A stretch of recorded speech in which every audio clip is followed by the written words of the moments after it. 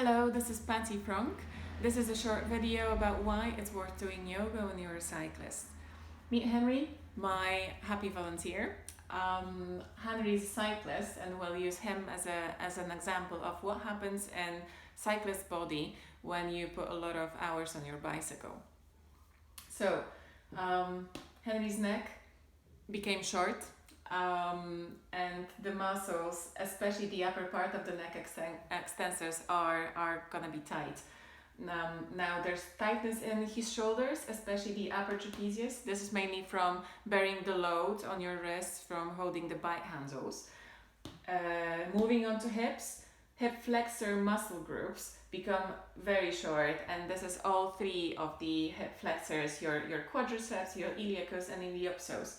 And yes, they all three of them, they put the lower spine into forward flexion, of course, to adapt to your cycling position. And this will lead to lower back pain, may even lead to disc problems in the lower back in future. Moving on to Henry's legs, there's ITB tightness, and this is mainly because of the pedaling action that happens when you're cycling, because your leg goes from almost fully extended. Of course, if your bike is measured appropriately for racing on a road bike, from almost fully extended to almost 90 degrees bend. So it goes from almost straight to almost 90 degrees flexed, and this action over many hours, over many days, over weeks, months, years, creates the shortness of the ITB. So this will affect all three joints that it stretches across your ankle, your knee, and your hip. Yes, in addition to this, there's limited range of motion in the leg. Your quad becomes very strong and short, which is likely to take the main leading action on in many activities, not only cycling. So it becomes the main muscle that the leg relies on, which will create problems in your legs, and also not a direct severe problem, but when you're cycling, there's nothing really to help build your core strength, and your lower abdomen is very important when supporting your lower back. So there's nothing really there in cycling to help and build that strength. Now, moving on to what could Henry do to help and push his cycling performance onto another level, and how could he do this using yoga?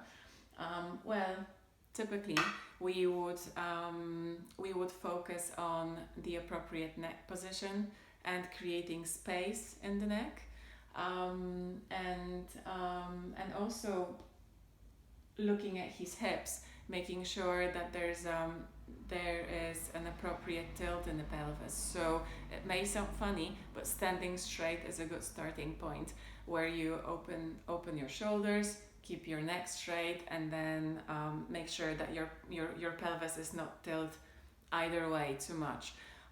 Bringing one leg across at a time is a very good stretch, and strengthening the muscles inside the leg is very important for cyclists. Now, strengthening the core, especially the lower abdomen, should be part of your training as well, and any isometric exercises to help strengthening the back. Now, any shoulder openers and creating spaces your neck is going to be beneficial. Now, this is what we do in our 1 hour classes that we run on Thursdays at the bike station here in Perth. However, we did have clients that came back and it was just not manageable for them. They're professional cyclists, and yoga is just not the main point of focus. This is not where they put the hours in.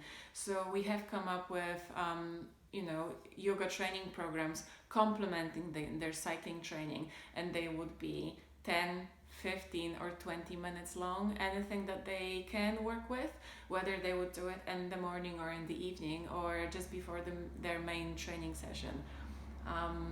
I hope this was helpful. I hope to see you in the class or hearing from you if you're not local here in Perth. And I wish you a very happy day.